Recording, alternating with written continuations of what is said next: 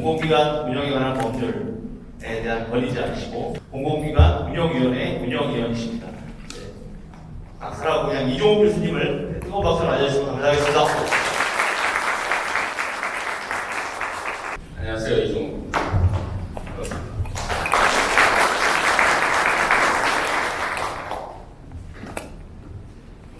비가 조금 다행히 좀 습하네요. 저는 아마 여기 계신 선생님들보다 선배이고 제가 88년도에 공공기관에 들어가서 2011년까지 생활을 했습니다. 물론 공공기관 생활만 하고 공공기관 그리고 처음과 끝을 같은 회사에서 나왔다고 생각해요. 91년도 한 4, 5년 동안은 그 당시에는 휴직제도가 없어서 사표를 내고 해외 미국으로 갔었고 전 공송이 시대도 있었고요. 노무현 대통령 때는 DH에 파견 나가서 있었습니다. 국정과제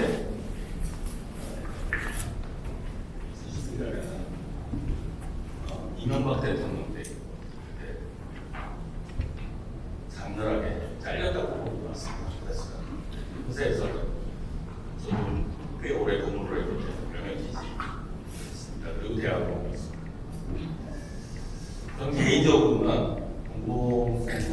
요새 이제 정경 발표된 다음에 계속 얘기고 회사가 많았는데 공공기관에 대해서 공공성과 효율성이라는 말 많이 들어보셨을 겁니다. 저는 이제 그러한 원리 말장난보다는 공공기관이 누구에 의해서 움직여야 될까라는 거에 굉장히 집중하는 사람입니다.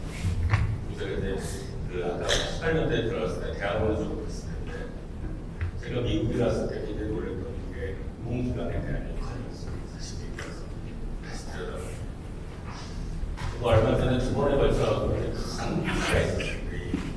공공기관과 관련된 하나는 이제 기관장들 하나는 전체 직원들 많이 심사한 행사였는데 그래서 그런 얘기를 했는데 이따 잠깐 보여드리겠지만 과연 우리나라 공공기관은 정부의 것인가라는 착각에 지금 많이 있다 그랬어요. 혹시 올해 공공기관 경영평가라는 거 아시죠? 모르시는 분 없어요. 우리가 올해 뭐가 됐어요? C가 됐어요. 비타민 C. B는 소화가 잘 안 돼요. C가 안 했어요. 그날 발표될 때 9시 반에 기재부 홈페이지가 뭐인가 아시죠? 안 들어보셨어요? 기획재정부 홈페이지가 일단 보여드리고 어떻게 봤어요? 동그라미 같은 개가 크게 하나는 공공기관 경영평가 확인, 하나는 기획재정부 홈페이지. 우리 대학 이슈도 그렇게 안 바뀌어요 요새는. 다른 유아래도 다시 우리도 마찬가지예요. 왜 얘기를 하냐면 그거 누가 누를 거야? 그거 국민이 눌러볼까요? 누군가고 생각하세요? 네? 그 공공기관에 재직하시는 분만 누르는 기자들도 안 눌러요. 왜 안 누르는 줄 아세요? 기자들은 맨밥으로 9시 정도에 받아갑니다. 우리가 회의를 8시에 이 말씀을 꼭 드리는 이유는 과연 그럼 우리나라에 그 막대한 영향력을 미치고 있는 기획재정부의 공공기관 경영평가가 국민을 위한 건가요? 우리가 말만 듣는 그런 얘기죠. 342개 공공기관이 있고 812조의 돈을 쓰고 있고 42만 명의 근로자가 있고 이런 얘기 많이 하잖아요. 사실 우리 누구를 위해서 일하고 있어요? 기승전? 국민을 위해서 일해야 돼요. 그게 무슨 공공성이나 효과성이나 효율성이나 생산성 이런 용어를 안 쓰더라도 우리가 바라보는 것은 국민이 됐으면 좋겠다 이런 생각을 하면서 시작을 하려고 합니다. 이런 지금 무거운 주제를 던지는 이유는 다른 직원들이 이렇게 섞여 있는 곳이 아니라 그래도 노동조합에서 이런 일을 하기 때문에 제가 한 달 감히 선배된 입장에서 저보다 나이 많으신 분 없는 거죠? 네, 하얗게 염색하신 분도 비슷한 거 같아요. 놀랐어요. 제가 62년생. 그런 일을 알아주셨으면 좋겠다 생각을 하면서 시작했습니다. 제가 이거 보신 분들도 있을 거예요. 제가 직접 이제 뭐 슬라이드 같은 거 직접 만드는데 여기 팔이 그려져 있잖아요. 여성 조합을 팔이 누가 그렸을까요? 암스테르담 스키폴봉에 처음으로 등장을 했죠. 그리고 이 파리가 누구한테 영향을 미쳤냐면 옆에 보시면은 리차드 칼라라고 하는 2017년도에 노벨 경제학상 받은 사람 10월 3일 날 노벨 경제학상 발표됐을 때 우리나라에 그 다음날 마침 계속 특별된 게 이 파리였습니다. 이 책이 하나 소개해 있죠. 너치라는 책이죠. 너치. 아마 외우신 분도 계실 겁니다. 청소하시는 아이고 이거 파리 한 마리 때문에 남자들이 흘리지 말아야 되는 눈물만이 아닌 게 80%가 줄었다. 남자들이 눈물을 잘 안 흘리고 있다가 소문가 생겼습니다. 중요한 겁니다. 그러니까 우리가 사소하다고 생각하는 게 사소하지 않다라는 거죠.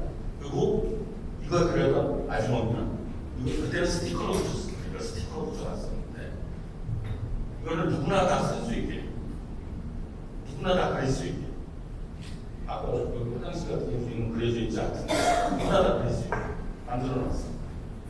이때부터 많이 유행한 우리가 뭐 경영평가라든가 무슨 평가를 많이 썼던 용어가 행동경제라는 말이 다시 등장을 하죠. 행동경제. 세상을 바꾸는 거는 사실은 이론이라든가 이런 것도 중요하지만 실질적으로 현장에서 경험한 사람들이 제일 잘 알고 있다는 거예요. 저는 이렇게 생각합니다. 현장에서 가장 잘 아시는 분들은 바로 여러분들이죠. 건물을 바꿀 수 있는 거. 사실 해주기 아닙니다. 왜 현장에서 바꿀 수 있다고 생각을 하기 때문에 말씀드리고요. 두 번째가 이제 이분들이 제가 이 책을 내가 많이 얘기하는데 리차드 도킨스의 이제 위정 유전자라는 세비스 진이라는 아마 여기 조금 관련이 있다는 걸 읽어보신 분이 있어요. 혹시 읽어보신 분 있으세요? 아니 없어도 이상한 거고 있어도 이상한 건데 없어요. 이 책이 사실은 종횡기원 찰스타인의 종횡기원 이후에 가장 센세이셔널한 책이라고 많이 얘기해요. 거기에 나오는 단어 하나 때문이니까 제가 꽂힌 거 이미라. 성균관대 최재훈 교수가 많이 얘기했죠. 호모사피엔스가 세상을 바뀌고 스마트폰이 세상을 바꾼다. 근데 이 사람이 20년 전에 그 얘기를 한 거예요. 그리고 30년 전이죠. 정확하게. 아이폰이 2006년도에 나왔습니다. 1970년도에 바로 세상을 바꾸는 건 DNA, RNA가 아니라 이제는 복제를 잘하는 놈이 복제. 그래서 이렇게 표현을 합니다. 우리는 얼마나 강철 대오로 엮여 있는지 한번 확인해 보겠다. 이렇게 표현을 하면서 이렇게 얘기합니다. 핸드폰 한번 열어보시면 핸드폰에 1000명인 분들도 있고 500명인 분들도 있고 200명인 분들도 있고 5000명인 분들도 있고 과연 나는 이 직업을 가지고 세상을 좋게 하겠다고 국민의 편익을 위해서 노력하겠다고 했을 때 과연 이 폰 안에 나도 좀 해보고 있습니다. 이 폰 안에는 과연 몇 프로 이상의 내가 하는 업에 대해서 충실하게 봉사할 자세가 되어야 됩니다. 아마 뜨끔하실 수 있을 거예요. 핸드폰을 열어보시고 여기에 있는 사람들 이름을 봤을 때 혹시나 개인적인 나의 사적 이해관계가 더 많은 분들이 더 많다 그러면 우리가 조금 한번 생각해봐야 돼요. 이 업에 대해서. 바로 그거를 지적한 사람이 리차드 도킨스입니다. 마지막 책입니다. 제가 스티어나카이가 62년인데 이 책 혹시 읽어보신 분 있어요? 과학혁명의 구조를 읽어보셨어요? 뜯어주셨어요? 이거 보면 진짜 또라이인데 진짜 읽어보셨어요? 대단하십니다. 대단하십니다. 정말 성경 다음으로 안 읽힌 책입니다. 저번에 읽으라고. 근데 여기에 나오는 단어 하나가 굉장히 저한테 인사이트를 줬어요. 그 단어가 바로 패러다임이라는 처음 쓴다는 그 많이 쓰시죠, 패러다임. 패러다임이 정말 뭘까요? 패러다임 시프트라는 말 많이 쓰잖아요. 세상이 변했잖아요. 우리 노조도 진짜 많이 변했어요. 제가 있었던 직장에서 91년도에 미국 가기 전에 노조를 만들어 본 사람 14명을 가지고 그때는 진짜 국정원 안기군에서 왔어요. 노조 만든다고. 상상을 초월하던 시절. 그리고 사인 받으러 다닐 때 사인 못하게 하려고 별 짓을 다 했죠. 지금 그렇습니다. 그렇지 않습니다. 지금 굉장히 편안합니다. 근데 편안하다는 거를 나는 그렇게 표현한다. 세상이 바뀌었다라는 패러다임이 바뀐 거죠. 모든 세상에서. 오늘 사실은 위원장님 사장님이 공무법 얘기를 하셨는데 이따 잠깐 말씀드릴게요. 공무법을 처음부터 끝까지 다 읽어보신 분 혹시 있어요? 공공기관 운영이라는 법률을 없으시죠? 저는 읽어봐야 된다. 이따가 잠깐 말씀드리겠습니다. 왜 읽어야 되는지. 과연 우리 기관은 사회를 위해서 책임과 역할을 다하고 우리 기관의 혁신과 성장을 과연 가로막고 있는 무엇이죠? 우리 기관의 경영과 사업에서 가장 먼저 바뀌어야 되는 무엇이죠? 질문 많습니다. 여러 가지 질문이 있습니다. 혹시 이런 질문에 우리는 저는 정부를 옹호하거나 지지하거나 반대하거나 거부하거나 탄핵할 생각은 없지만 혹시 내 탓이라고 생각하는 게 없지 않을까라는 거를 다문화로 우리가 먼저 바뀌어야 되는 게 정말 있다 그러면 한번 생각해 봐야 되지 않을까. 아까 말씀드렸던 얘네들이 이 얘기를 하니까 한두 시간 뛰어놓고 지워버리기 때문에 내가 그날 공문이 때 너를 핸드폰으로 찍었어요. 이렇게 바뀝니다. 기획재정부 홈페이지 2023년도 공공기관 경영시설평가 페이지. 되게 코미디 같은 일 아니세요? 그죠? 안 몰래시는데 몰래셔야 되는데 안 이거 보신 적 있어요? 못 봤어요? 아예 관심이 없구나. 아예 A라고 생각했는데 심하셨구나. 아니 손가락은 아예 관심 없으세요? 이거 궁금하다면 그래도 우리 기관이 뭐 받았는지 이렇게 바뀌어요 진짜로. 이렇게 본 사람들 많아요. 제가 이거 2차례에 걸쳐갖고 아니라 한 10몇 차례에 걸쳐갖고 계속 얘기하고 있는 이유가 뭐냐면 우리가 과연 이게 누가 누르냐 이것도 중요하지만 경영평가는 누구를 위해서 하는 거예요? 이건 누구를 위해서? 과연 경영평가를 했더니 정말 국민이 좋아져야 되잖아요. 그럼 국민의 편익을 봐야 되잖아요. 건보를 만약에 평가를 한다면 제일 중요한 건 누구한테 평가받는 거예요? 그럼 국민한테 받아요. 그죠? 교수 몇 사람들이 나와갖고 너네 재무가 어떻고 일자리가 어떻고 주요 사업이 어떻고 이런 것도 중요하겠죠. 일부분에 대해서는. 그러나 그래야 사장을 알리는 것도 중요하지만 더 중요한 건 뭐냐면 국민이 그 전년도보다는 이런 쪽에서 편익이라고 하는데 좋아진 부분이 있어야 되잖아요. 그런 부분이 과연 우리는 제대로 평가를 하고 받고 있는 거라는 것을 한 번쯤은 생각해 보실 수 있습니다. 그러기 위해서는 사실 노조도 이제부터는 이 제일 목표, 제가 생각하는 제일 목표는 경영평가를 없애버리는 거예요. 원래요. 제가 그걸 한 5분, 저 이름을 조금 찾아보시면 국회에서 그걸 굉장히 떠들었다는 걸 아시는 분들은 계실 수도 있어요. 근데 그걸 없앨 수 없다라면 우리가 이제 경영 실적 보고서에 좀 개입을 해야 됩니다. 개입한다는 건 뭐냐면 우리의 목소리를 노조가 생각하는 경영이란 이런 것이고 여기 아직 노동이사는 선임이 안 되신 걸로 알고 있는데 이런 부분에 대해서 실적 보고서부터 우리가 좀 분석할 필요가 있고 개입할 필요가 있지 않을까 해서 말씀드리고 싶고요. 그건 좀 넘어가겠습니다. 시간상. 나중에 시간이 나오는 말씀. 이렇게 이게 다 아시다시피 우리 1.0, 2.0, 3.0 이런 걸 얘기를 하기 전에 노무현 대통령 하면은 생각나는 공공 혹시 그때 근무하신 분들 있으실 거예요. 아까 위원님 그때 근무하셨습니까? 노무현 대통령 생각하면은 노무현 정부 하면 생각나는 공공혁신 부분이 뭐가 있을까요? 공포태조 2007년도 4월 1일 맞습니다. 또 그때 혁신평가라는 거 혁신이라는 말을 많이 썼어요. 그분의 어록 중에서 혁신이라는 말을 제일 많이 썼어요. 그분이 제일 많이 쓴 단어 패러다임 바꿔야 된다. 그럼 그 다음 이명박 하면 생각나는 수가 없어요. 이명박 녹색이라는 걸 그렇게 자랑했던 건데 녹색 승강 이런 얘기 또 뭐 있습니까? 자원외교 기억나시고 그 다음에 또 뭐가 있을까요? 여기 예? 아 대졸주의 국가 그리고 또 생각나는 게 선진화라는 말 많이 쓰지 않았을까요? 선진화 또 넘어가고 박근혜 정부 하면 많이 생각나는 단어 있어요. 방망교 또 비정상의 정도 맞습니다. 또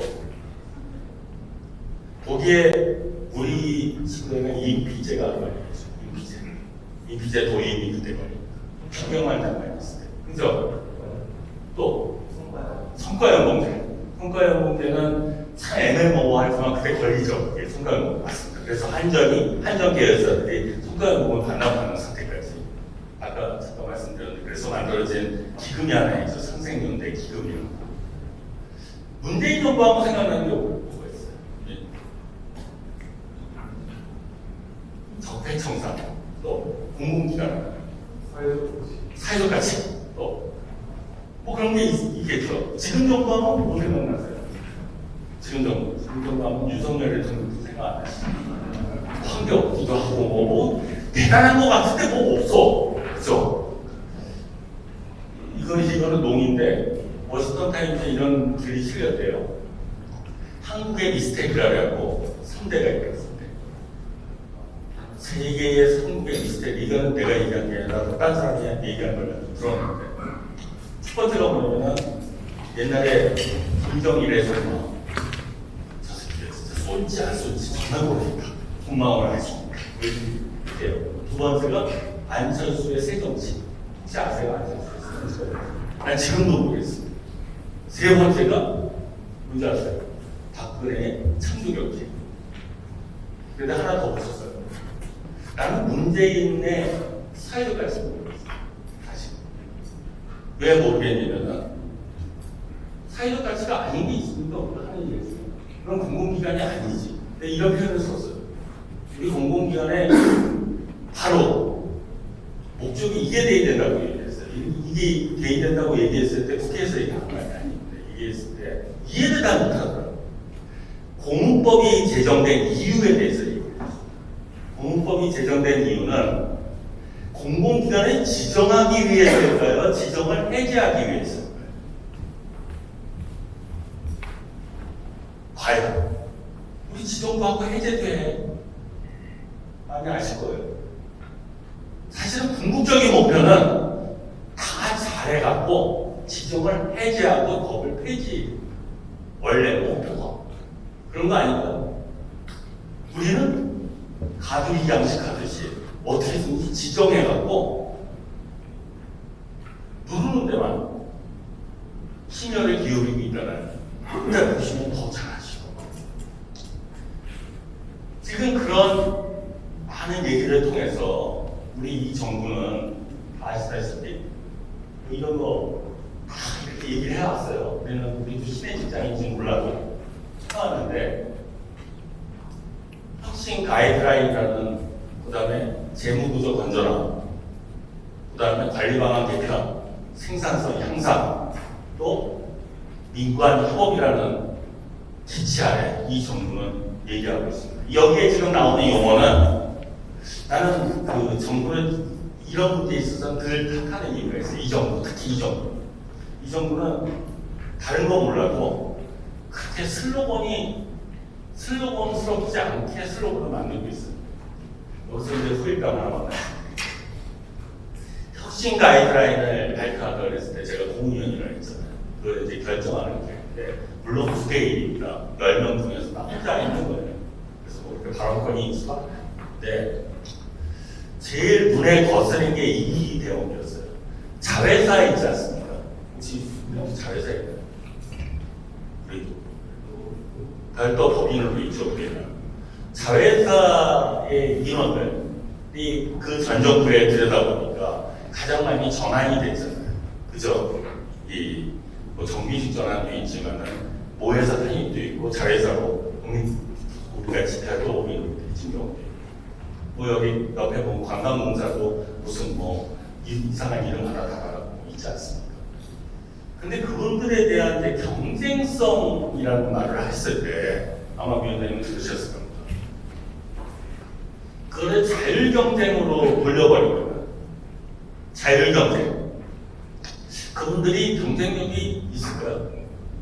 만약 우리 청소 용역을 한다고 합시다. 청소 용역을 그때 내가 한국노총에서 한번 끌려갔었어요. 하도 그 위원장들이 힘들어하니까 나보고 와서 그 얘기를 좀 해달라고 그래가지고 좀 떼이친구를 그래서 이렇게 노조위원장님들 한 200분 정도 모시고 얘기했을 때 굉장히 그 경황돼 있었어요. 노조위가. 그러니까 이런 거죠. 우리가 말이 자회사지만 경쟁력을 가지고 자회사를 만든 게 아니잖아요. 우리의 일의 한 부분을 드린 거잖아요. 근데 만약에 그게 자율 경쟁 입찰도 해갖고 그 다음에 뭐 사업을 딴다 그러면 우리가 그거를 일을 못하는 것처럼 표방해서는 안 된다라고 표현을 하고, 우리가 그걸 받아오는 게, 그게 일을 맡아오는 게, 그래서 그 문구 하나였어요. 사실 조그맣게 그거를 레드 프린트라고 하는데 당구장 표시 하나를 집어넣냐 마냐 때문에 제가 그 당시에 제가 최상대라는 분이었는데 지금 53살이었어요. 그 양반을 내가 2번 만났어요. 다른 거 내가 용납하게 했어요. 다른 거. 근데 이것만 안 된다. 왜 안 되냐? 이건 이분들의 잘못이 아니잖아. 뭐 니네들이 가서 뭐 비도 그때 그 당시에 당신도 문재인 정부 때도 예산실장이었거든요. 지금 니네들이 가서 싸우는 건 난 모르겠는데 이거는 이분들의 잘못이 아니야. 그리고 이거는 구조상 이 자회사 별도법인의 구조상 그렇게 구성이 되지 않는 거다. 다 알면서 얘기를 하는 거죠. 그래서 그거를 한 달은 아니고 한 20일 정도 싸워. 근데 담당부장 지금 이제 차관보가 돼 있는 김원정이 부장이에요. 엄청 싸웠어요. 그래서 제가 성과라고는 그거 하나 뺀 거야. 어떻게 보면 그거 한 줄 빼고 표현이 바뀌죠. 어떻게 바뀌는 줄 아세요? 혁신 가이드라인을 이렇게 자회사의 인적, 물적, 구조조정 다 안 하겠다. 그래서 나 밥밖에 안 얻어먹었어요. 그것 때문에. 그리고 공치사 하려는 게 아니고. 내가 이 말씀을 드리는 거는 이런 많은 것들도 중요하지만 우리가 현실적으로 왔을 때 무엇이 제일 우리가 먼저 지금 해야 되는지, 뭐 우선순위라고 얘기할게 해야 되는 거에 대해서 조금은 집중과 선택을 이제 할 때가 됐다. 이런 말씀을 감히 드리는 건 이제 올해부터 이 정부가 포커스 타잖아요. 한 일도 없고 할 일도 없고 해도 잘 안 되고 하면 사고나 치고 뭐 이러지 않습니다. 그러다 보니까 이제 저는 MBC의 이진숙 사장을 임명하려는 걸 봤을 때 조금 염려스러운 건 이거예요. 이 이진숙 사장이 뭐 전향을 한 사람이 이런 걸 떠나고 저는 인간협업이라는 말에 상당히 좀 꽂혀 있어요. 제가 그러면 공공을 모르는 사람들이 잘못 건드린 인간이고 YT 같은 지금 YT 그리고 KBS 이런 것들이고요. 그 MBC도 되고 뭐 저는 언론의 자유와 평등과 그다음에 국민파 이런 것들은 그 걔네들이 할 일이고 내가 국민의 일원으로서 바라봐야 되는 거는 내가 그래도 소리쳐서 하나 쟁취해야 되는 거는 뭐냐면은 작은 거지만 아까 말씀드린 거 작은 거지만은 이거는 안 되겠다. 이거는 우리가 좀 합심해서 그래도 그게 좀 영역을 넘어갔지만 건보 차원에서도 분명히 쓸 수 있다고 저는. 요새 밖에서는 이런 소문이 있어요. 다들 아시다시피 건보 재정이 좋아진다. 들으셨잖아. 재정이 좋아진다고. 튼튼해진다고. 내년에 경영평가 A 받겠다. 이런 소문까지 났어요. 왜? 보건복지부가 굉장히 잘하고 있잖아요. 지금 병원을 많이 없애고 있고 의사들 돈을 좀 못 벌게 하다 보니까 건보 재정이 좋아진다라는 이런 사실입니다. 좋아지고 있습니다. 분명히 수치적으로 국민한테도 좋을 거예요. 되게 이상하다. 제가 김종각이라고 한전사 나오고서 이런 얘기를 했습니다. 정기요금 올려야 될까 말아야 될까. 한전은 엄청난 교수들한테 연구비를 주면서 자기 교수들을 딛고 있으면 한 2,000명 정도. 2,000명. 교수들이 만약에 실온이랑 언론사에다가 글을 쓴다 그랬을 때 다들 올려야 된다고 쓸 거 아닙니까? 현실화시켜야 된다고. 저는 현실화도 많지만 당신 월급은 당신이 벌어서 받는 돈이 아니라 그랬어요. 표현을 했어요. 사실 그게 2007년도 무슨 컨퍼런스에서 그분하고 막 붙었어요. 간상했어요. 그때 아니 그분이 공공기관 의장 협의회 의장이었어요. 그 당시. 저는 그것보다 먼저 선행되어야 되는 게 뭐냐면은 우리나라의 한전이 왜 이렇게 됐는지에 대해서 한번 석고대죄를 해보자고 이런 얘기를 했어요. 한전이 뭐냐면은 이렇게 돼 있어요. 코펙이라는 한국전력기술부터 전력법에서까지 쭉 얼라이먼트라고 하는데 1년이 돼 있어요. 거기에는 발전사도 있고 KDN, KPS도 있고 뭐 이런 회사도 전기안전공사도 있고 이래요. 쭉 회사들이 있는데 그 전체를 관할하는 게 한전입니다. 아직까지. 그리고 2004년도에 전력 효율화를 만들었을 때 그때가 노무현 대통령이에요. 사실은 5개 발전사, 서울발전, 동서발전, 중부발전, 남동발전, 남부발전 민영화하는 게 목표였어요. 원래. 근데 민영화 안 됐잖아. 지금 민영화 안 됐어요. 그거 할 수가 없어요. 지금. 그렇다고 한다 그러면 한전은 계속 얘기하는 게 뭐냐면 자기네들은 비싸게 주고 사오라는 거야. 비싸게. 누구한테? 발전사한테. 발전사한테 전기를 비싸게 주고 사와갖고 판매를 하는 회사거든요. 판매는 국가에서 제동을 건 거예요. 올리지 말고. 그러니까 비싸게 사와서 싸게 팔면 어떻게 될까요? 망하는 거죠. 무슨 것도 다 알지 않습니까? 그래서 그렇게 얘기하지 말고 그럼 이렇게 하자. 그래서 뉴욕에 선정돼 있으니까 다 장관 배임죄가 있다 우리가. 그래서 에비타라는 제도를 도입을 시켜줬어요. 그게 재작년입니다. 그러면 약간은 유리한 정부의 지침에 의해서, 정부의 방침에 의해서 국민이 전기요금을 안 올렸을 때 조금이나마 니네들이 유리하게 해석될 수 있는 여지를 만들어줬죠. 올해 B까지 올라갔습니다. 사실 놀라워요. 사실은 한전이 B가 되고 C가 되고 D가 되고 뭐 별로 관심 없으시겠지만은 전기요금은 관심이 있잖아요. 사실상가. 딴 거는 몰라도 똑같다는 이거 정보 재정. 제가 민간을 얘기하면서 여기까지 왔는데요. 이 정부가 성과 하도 이 디플정이라고 디지털 플랫폼 정부혁신위원회가 있습니다. 그 보심이라는 위원장을 하고 있는데 그 사람이 고건 씨 아들입니다. 옛날에 고건.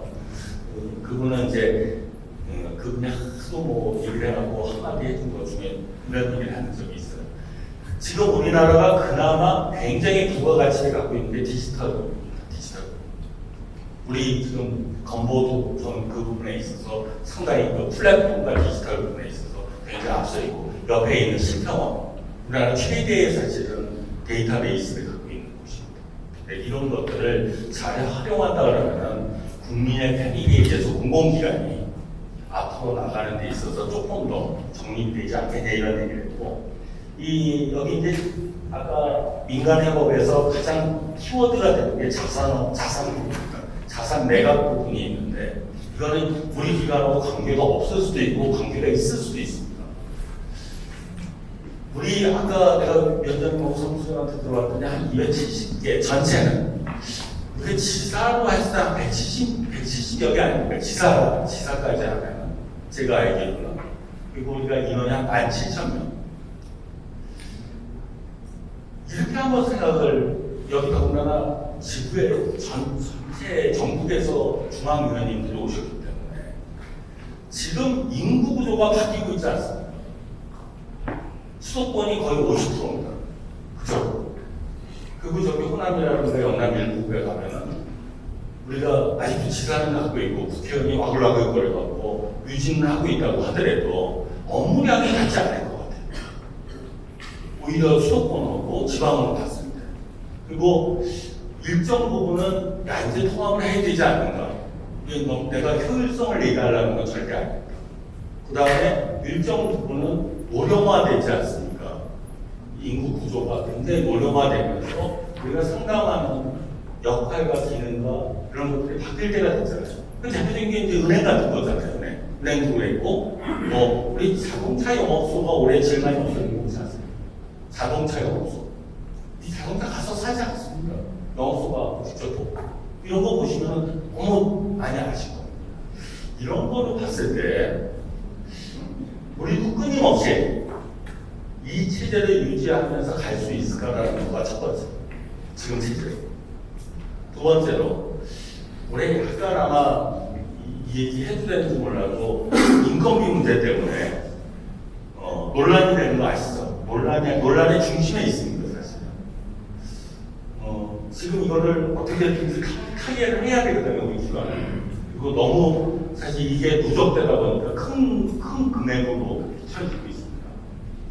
그렇다면 저는 저 관리자도 만났습니다. 이사도 만나보고 다 했는데 그분들이 생각하는 것도 중요하지만 또 여기에 주인이신 근무하신 노조원들만 또 주인은 아니지 않습니까? 그러니까 같이 우리도 대안을 한번 마련해 봐야 되지 않을까. 그러니까 가장 이런 건 있잖아요. 배 아픈 거 참는데 배고픈 건 참는데 배 아픈 거 못 참는다. 이런 거 좀 약간 뒤로 하고 그 다음에 우리 옛날에 임금 상승, 임금 저하 이런 문제 있을 때 직급 통화 문제 있을 때 항상 얘기했던 게 제1원칙이 뭡니까? 임금의 저하는 없다. 지금 받고 있는 임금의 저하는 없다. 저는 그 원칙에 대해서는 맞아봅니다. 우리 기관이 임금이 중하일 겁니다. 그 정도 되죠. 하 쪽에 있기 때문에. 그러나 조금 더 우리가 마음 터놓고 솔직해질 필요가 있지 않을까, 이번 기회에. 그러니까 여기에는 아마 페이밴드의 문제, 승진의 문제, 그 다음에 인피의 문제도 있을 수 있고, 여러 가지 문제가 결부돼 있을 겁니다. 제가 절대 직무성과급을 찬성하기 위해서가 절대 아닙니다, 이게. 이거는 선을 보겠습니다. 정부가 그 앞에 붙어 있는 말이 잘못된 겁니다. 정부가 요구하는 직무성과급은 잘못된 겁니다. 서로 얘기해요. 정부를 빼고 얘기해요. 그 성과라는 걸 빼고 얘기했을 때 직무에 대해서만은 분명히 우리가 패러다임이 바뀌고 있습니다. 지역에 따라서도 바뀌고 있고 일하는 방식에 대해서도 바뀌고 있고 여러 가지 상태가 바뀌었을 때 우리가 어떠한 일의 형태를 끄고갈 것인가라는 거는 나는 제일 항상 그렇게 얘기하거든요. 무슨 아담스라는 사람이 그렇게 얘기했듯이 그 집에서 새로운 전자제품을 구입한다고 했을 때 누구한테 물어봐야 됩니다. 누구한테 사모님한테? 네? 아니 집에서 사용자한테?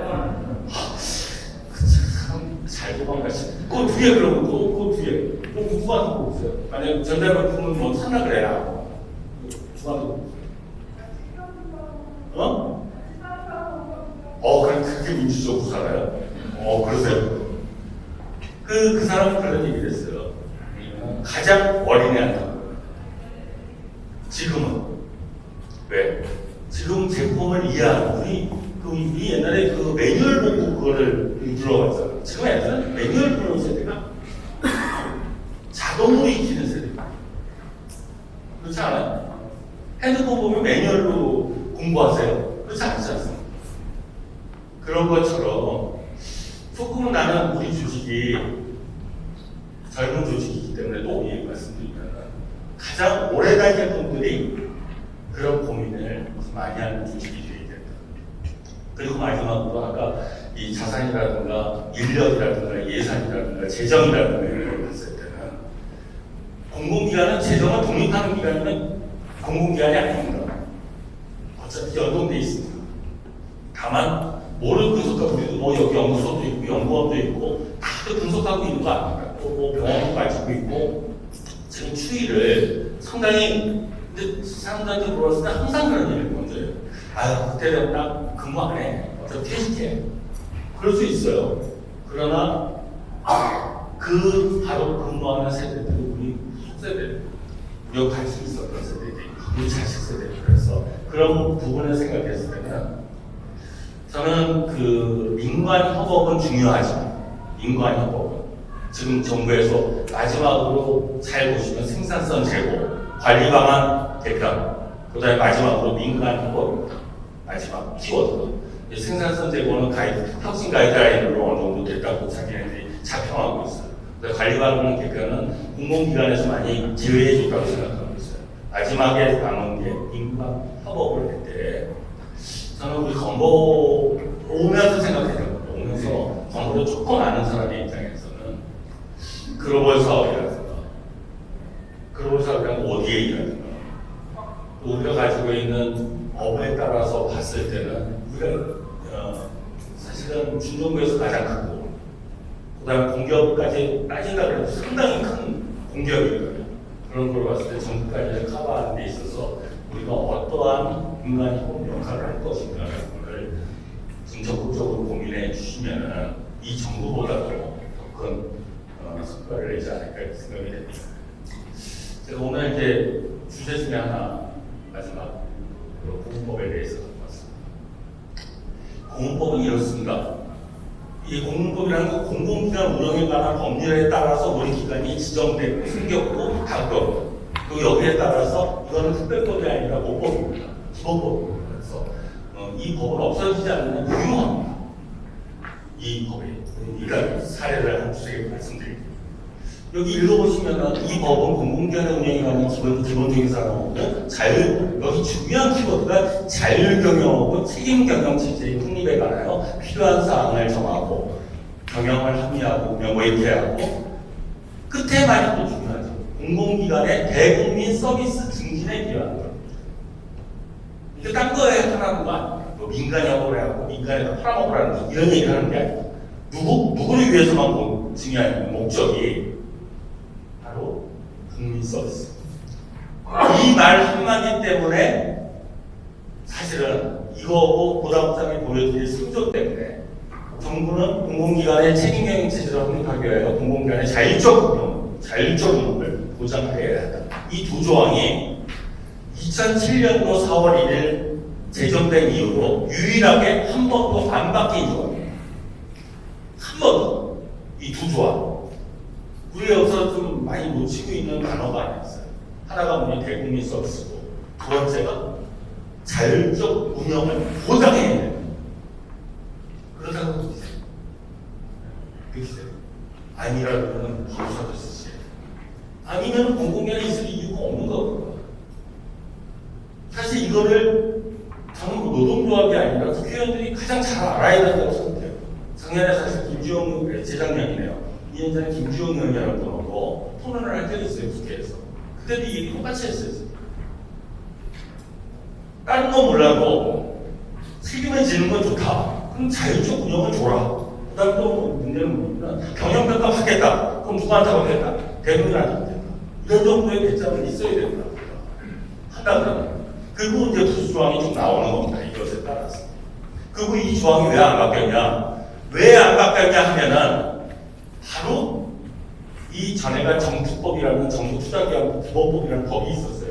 정부 운영에 관한 법률이라는 게 있었는데 그 법을 개정한다고 했을 때 노총이 사인을 합니다. 이 법을. 이 두 조항 때문에 사인. 저거로 얘기하죠. 그러니까 지금 생각하시면 사인 하실 것 같아요. 아마 위원장님 여기 계시지만 사인 안 하실 것 같아요. 지금 하더라고요. 왜 해보니까 이 두 조항은 저 당나라 얘기고 지금 청나라가 들어와서 막 치고 있잖아요. 그러니까 노총은 그때 오자가 협의를 했어요. 오자가 협의를 하는데 사인을 다 했어요. 국회도 하고 정부도 하고 힘단지 했을 때 노총이 사인했을 때 물론 반대도 굉장히 많았지만 이거 하나랑 사실 여기 구조조항 중에 지금 빠져 있지만은 임원추천위원회라든가 이 사진을 구성할 때 근로자의 권익을 대표하는 사람이 들어가야 된다는 표현이 있습니다.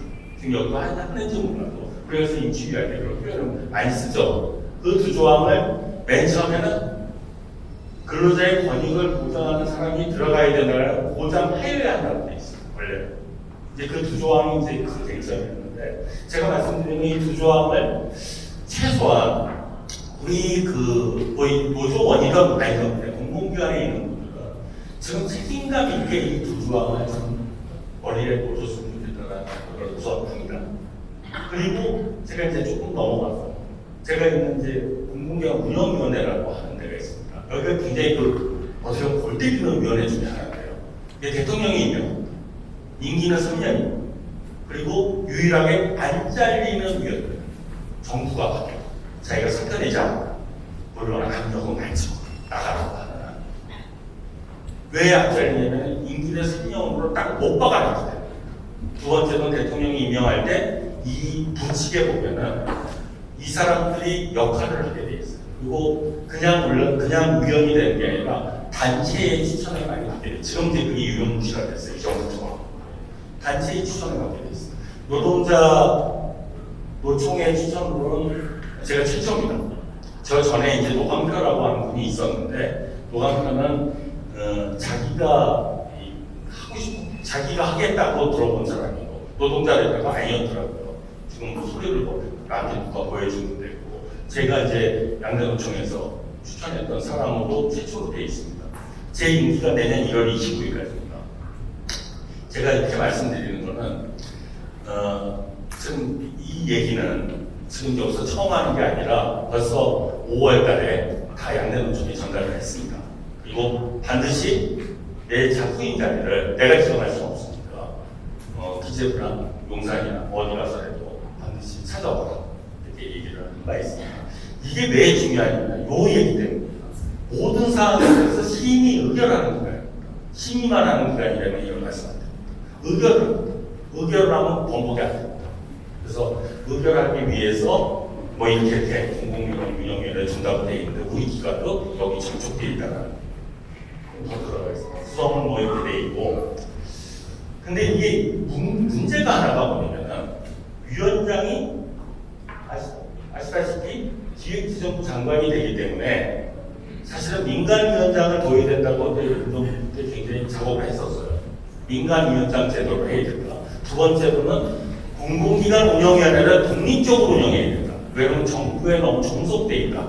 이 표현 때문에 지금 이제 의원이 되시는 뭐 박해철 의원이라든가 이수진 의원이라든가 이런 분들 그 다음에 뭐 수법 부성의원 해갖고 사인을 15명한테 받아갖고 개정을 하자 했는데 개정을 못했습니다. 여기에 이제 중요한 제가 아까 설명 말씀을 드린 거는 이제 기관장님인데요.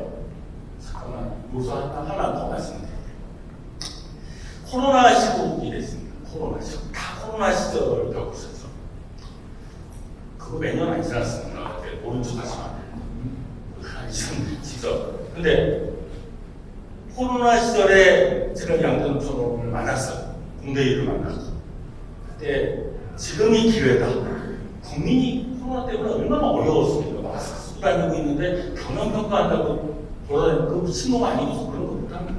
그래서 올해는 이제 쉬자. 한 해는 올해는 쉬고 쉴 동안에 공무법을 좀 개편하고 개정하고 그 다음에 경영평가를 진짜 개편하자. 이런데 합의를 했어요. 어느 정도. 그리고 뭐 국회에서도 사실은 동의를 해줬고 이때는 양당도 사실은 어느 정도 동의를 다 했습니다. 근데 놀라운 결과가 나온 거예요. 부결이 됐어요. 우리 기관도 합쳤는지 모르겠는데 부결이 됐어요. 부결된 이유가 뭐냐면은 그놈의 성과급 때문에 성과급 첫 번째가 두 번째가 중요합니다. 성과급은 내가 볼 때는 조금 더 노조로 좀 타협을 하고 얘기를 할 수 있었는데 두 번째가 재밌었어요. 이게 지금부터 말씀드리는 지금 기관장의 임기는 3년을 하고 이사와 감사의 임기는 2년도 한대요. 거의 이하 생각을 했는데 매번 정권 바뀌면은 등장하는 책이 하나 있어요. 혹시 들어보셨는지 모르겠는데 플럼북이라는 책 들어보신 분 있어요? 플럼북. 아까 패러다임 그 저기 과학혁명의 구조 읽어보신 분 못 들어보셨어요? 못 들어보셨어요? 플럼북이라고. 미국에서 등장한 책입니다. 거기에는 1952년도에 20년 만에 공화당이 정권을 잡아요. 민주당에서 넘어갑니다. 그때 이 정부를 구성해야 되는데 공공기관의 장들을 구성을 해야 되는데 자료가 없으니까 20년 동안 뺏겨 있기 때문에 아무런 자료가 없었던 거예요. 그 자료의 적격 여부에 대해서 의회에다가 일임합니다. 누가 이 자리에 들어온지에 대해서 써달라. 그게 만들어진 책이 플럼북이고 왜 플럼북이냐면 색깔이 자주색이에요. 플럼색. 그래서 플럼북이라고 해요. 다른 이유 하나도 없어. 항상 거기에는 근데 중요한 게 뭐냐면은 이렇게 지정해요. 건보이사장 전문가가 와야 된다. 누구누구 이런 조건을 해서 거기에 지정돼 있습니다. 만약에 A라는 기관 아무나 와도 돼. 저는 정권에서는 분명히 이렇게 써져 있는 거예요. 우리는 그렇습니다. 그렇다고 아마 끌어계실 분들이 별로 안 계시죠. 매번 정부 바뀔 때마다 뭐 독수리 시험대부터 시작해갖고 막 나간다 안 나간다 이혼한다 만다 개긴다 자른다 경영평가에서 일을 조이지 대망신 시켜갖고 보내겠다 이런 얘기 많이 듣잖아요. 여러분들은 과연 어떻습니까? 법에 의하면 절대 그렇게 하면 안 돼요. 이 법의 취지가 그겁니다. 정부는 바뀌더라도 국민은 그대로 있는 거잖아요. 그리고 우리가 5대5의 사회 아니겠죠. 그렇기 때문에 기관장을 바꾸면 안 된다는 게 취지지만 그렇게 이루어지고 있습니까? 그렇게 이루어지고 있다고 보세요. 과연? 그럼 국민은 뭐를 원할까요? 저도 잘 모르겠어요. 그럼 국민들은 그냥 정부랑 같이 하게 해라. 그래서 합의를 봤던 게 3+2 제도. 마지막에는 2.6였어요. 임기를. 특법에는 좀 없나요? 그 다음에 이사의 임기도 3년으로 동일하게 해줘야 된다. 이런 얘기들을 논의한 적이 있습니다. 또 하나가 유치위를 이렇게 하는데 제가 이걸 갖고 있는 이겁니다. 이 얘기예요.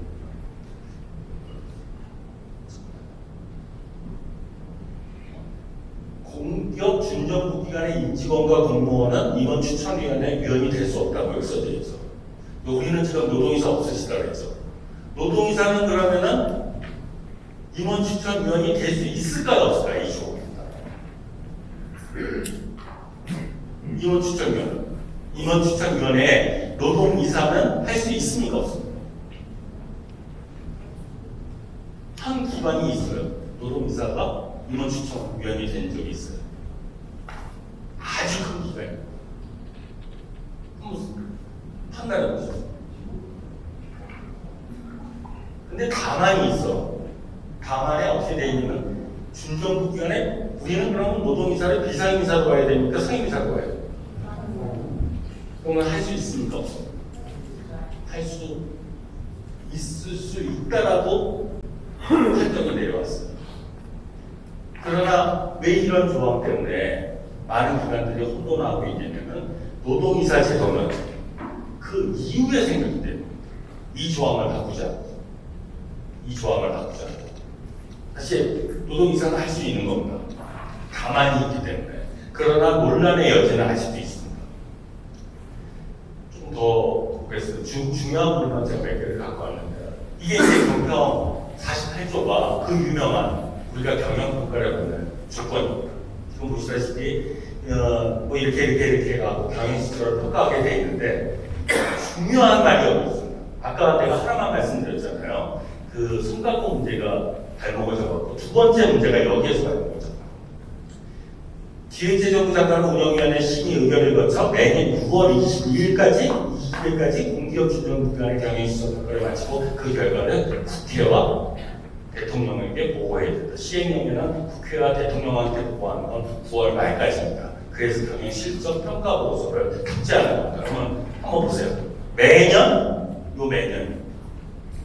6월 20일까지 매년 해야 돼. 기재부는 매년 해임된다고 웃기는 이유가 이거예요. 매년 법을 고치자. 그럼 저거를 스톱! 시킬 수 있는 사람이 누굴까? 있을까? 그러니까 기본법입니다. 이거는 법률입니다. 기본 시행령이 아니라 누가 할 수 있을까? 그래서 관록이 여기 히코리 관록 여기 관록이 있으시죠. 누가 잠시 올해는 하지 말자 이렇게 할 수 있는 게 누굴까요?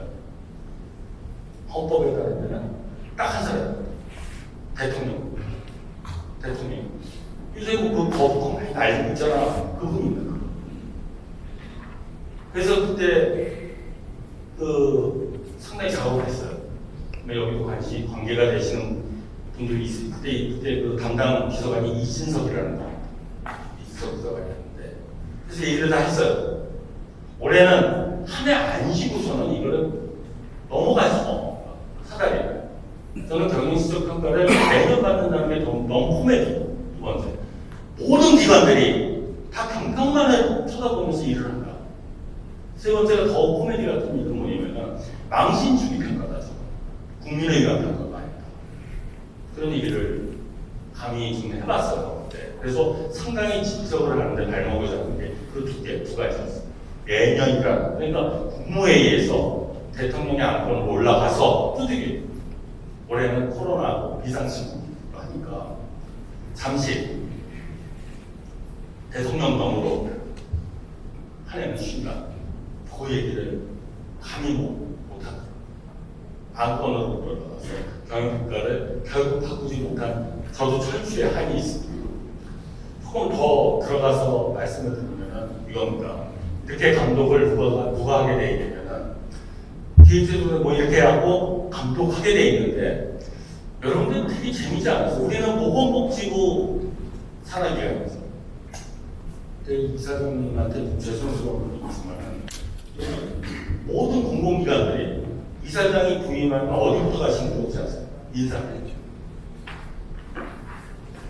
인사들 노조위원장만 보세요. 인사들 그러지 않을 거 아닙니까? 누구한테 갈 것 같으세요? 중기관에 당한테 갈까요? 기재부장한테 갈까요? 그래서 여기는 그러세요? 간이 부었네. 대부분이 기재부장 되게 코미디 같은 일이에요, 이게. 왜? 자기를 임명해 준 게 기재부장관으로 착각하고 있는 분이 굉장히 많습니다. 주무부처의 자기한테. 자기가 하는 일은 교육부 일이고, 자기가 하는 일은 국토부 일인데도 불구하고, 기재부 가서 인사하고 있는 그런 꼴이 된 거예요. 그래서 이제 우리 이제 센트럴라이즈 거버넌스라고 뭐 OECD에서 얘기하는데, 제가 이런 말씀을 드리는 이유는 이겁니다. 우리가 과연 지금 20년대에 가고 있거든요. 공공기관 운영기관 공무법이 2007년도 4월 1일 날 이제 변화할 때가 되지 않았나. 우리가 모두도 많이 변화했습니다. 사실은. 그리고 우리 공공기관들도 굉장히 많이 변화가 됐습니다. 저는 그 공무법을 개정해야 되는 가장 큰 이유가 모두에 말씀드렸듯이 공공기관은 지정하는 데 있으면 안 되고 공공기관이 정말 제 일을 잘한다거나 공공기관에서 해제되어야 된다. 그리고 국민한테 평가를 받아야 된다. 생각하기 때문입니다. 근데 우리는 아직도 지도 감독이라는 표현 때문에 너무 옥죄어 있는데 법이 안 맞는 거죠. 자율경영이라는. 자율경영을 반드시 보장해야 한다도 불구하고 우리는 그렇게 못하고 있는 실정이라는 것을 최소한 이 노조를 대표하시는 분들은 명확하게 좀 인식을 해주시고 공무법 개정에 좀 낮춰주셨으면 좋겠어요. 저는 세상을 바꾸는 일이 맨 처음에 8인도 얘기했지만은 제가 91년도에 사실은 약간 도발이 경력이 있어서는지 몰라도 미국에서 비자가 나왔는데 그런 사례가 별로 없대요. 내 얘기를 하면서 미국에서 비자를 주라고 떨어졌는데 한국에서 여권이 안 나오는 거예요. 이런 골때리는 일이 생긴 거예요.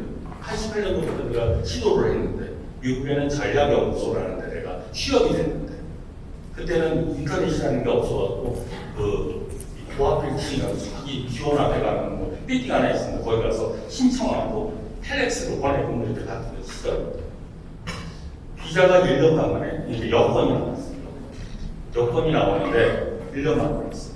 그러니까 비자는 나와 있었어요. 이제 대사관 가서 이렇게 표 같은 거 하나 붙이면 돼요. 근데 더 재미난 얘기가 뭐냐면 은행에서 보증을 해야 되는데 미국에 가려면 내가 장기 여권을 봐야 돼요. 보증을 해야 되는데 서류가 얼마나 많은지 진짜 산대 우리 국정감사 하듯이 서류를 내야 돼요. 그때는 다 줄을 섰습니다. 그 기억나있습니다. 다 줄을 서지 않았습니다. 그래서 그거 아마 뛰는데 한번 보는 걸렸습니다. 미국 이제 가야 되는 그 서류를 뛰는데 은행에서 뛰는데 갔다 왔을 때 저를 굉장히 놀라게 한 사건, 이 사건. 번호 대기표.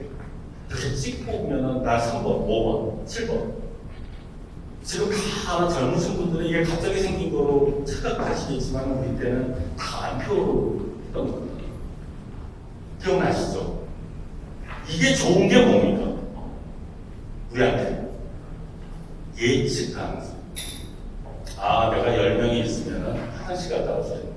20명이 있으면 커피 한잔 마시고 30명이 있으면 포기하자. 이런 거 있잖아요. 그 세치기가 없어진 거 아니에요. 공정성 아니에요. 제가 처음에 이 파리도 그랬지만 저는 이거 가끔 써요.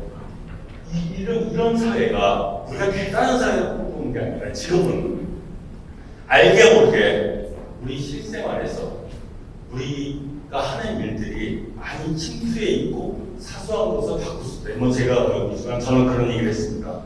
기승전 경영평가가 아니라 기승전 국민이 되는 공공기관의 공공기관 이런 얘기를 기재부 광고에다 씌웠어요. 제가 과감하게. 그래서 난도질을 당했어요. 사실 아까 말씀드렸듯이 공공 경영평가 되는 날이면은 홈페이지가 바뀌다 이런 것도 들어가 있었고 그랬는데 그건 난도질 안 하고 아직만 살았습니다. 저는 이제 정리하면서 말씀드리면 클람시의 얘기인데요. 진짜 현실은 너무 암울합니다. 좋은 일도 별로 없고 오면서 조금 이렇게 책을 읽다 보니까 점점 더 힘들어질 거라고 얘기를 하더라고요. 그러나 클람시가 옥중수고에서 얘기했듯이 의지만큼은 희망적이었으면 좋겠습니다. 이거 분명히 내일이 있었으면 좋겠습니다. 정리하겠습니다. 오늘 노조에서 가끔 이제 소통사에서 가서 하기도 하고 아까 말씀드렸던 발전사 가서도 한 적도 있고 여러 군데서 하는데 이런 생각을 굉장히 많이 해요. 저도 이제 나이가 62년생이니까 굉장히 늙지 않았습니까? 사회에 적응하기가 그렇게 적응 잘 되는 인력이 아닙니다.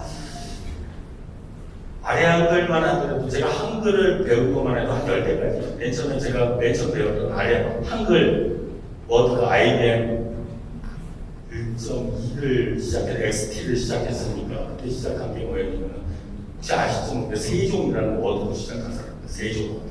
들어본 사람이 있을 수 있어요. 지금 세월이 굉장히 많이 걸렸습니다. 따라가기 힘듭니다. 그러나 우리 아까 제가 세 장을 그냥 스킵했지만 우리는 늘상 선택을 강요받습니다. OX가 얘기했잖아요.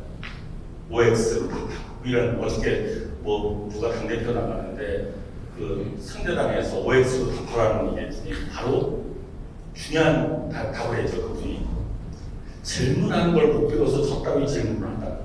OX만 있는 줄 알아요. 네모도 있고 굉장히 많습니다. 그 도형 보면 한 50가지 됩니다. 내가 이 말씀 똑같습니다. 그 대답하고 그 사람을 알고 좋아한다 안 좋아한다 하니까 한번 질문을 좀 해보실 필요가 있다고 생각해요. 노조 정도를. 그러니까 단일 대우도 중요하고 노조위원장님은 중심으로 정책 결정도 굉장히 중요하지만 우리의 앞날을 건보의 앞날을 책임지는 건 누가 뒤에 있는 국민이 있다는 것을 잊지 않았습니다. 근데 그거를 우리가 결정을 할 때 가끔 잊을 때가 있어요. 그 부분에 있어서 또 사소한 이해관계 때문에 가슴 아픈 얘기지만은 틀어지는 노사관계가 틀어지는 것도 많이 봤고 노조 발전이 굉장히 많이 있습니다.